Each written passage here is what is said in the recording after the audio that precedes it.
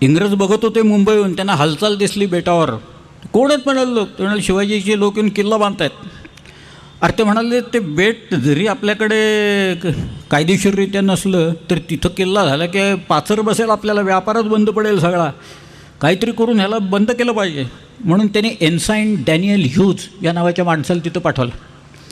तो Daniel huge 3 तासात आला तिथं, 3 शिबाडा घेऊन आला. तो त्याचा रिपोर्ट असा आहे, मी त्या बेटाकडे आलो, कोणीच दिसेना मला तिथं, कसलाही तोफा वाजले नाहीत, बंदुका वाजले नाहीत. आणि मी जसा जवळ गेलो तसं त्या बेटाच्या खडकाच्या मागनं अनेक लोक उभे राहिले मराठी. त्याच्यात तो मायनाक भंडारी होता. मग मी त्याला ओरडून सांगितलं, हे बेट आमचं आहे, तुम्ही इथनं निघून जा. तेव्हा तो म्हणाला, तुम्हीच इथनं निघून जा, मी माझ्या राजाचा हुकूम ऐकतो, तुमचा ऐकत नाही, पुढं आलात तर तुम्हालाच कैद करून ठेवीन इथं. त्यामुळे मी निघून आलो म्हणाला इथनं परत. त्यामुळं तो एन्साईन डॅनियल ह्यूज परत केला. बरं, आता हे पावसाळ्याचे दिवस सगळे ऑगस्टमध्ये.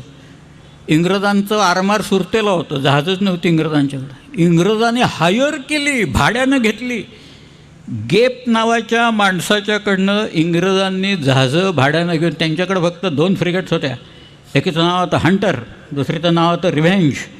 अशा त्या 2 फ्रिगेट्स आणि गुरावा होत्या मोठ्या, आणि बाकीचे सगळे छोट्या छोट्या नौका होती. इंग्रजांनी पाठवून दिलं आणि म्हणाले, पहिल्यांदा खेळ बंद करावा, ते सगळे बेट ताब्यात घ्या.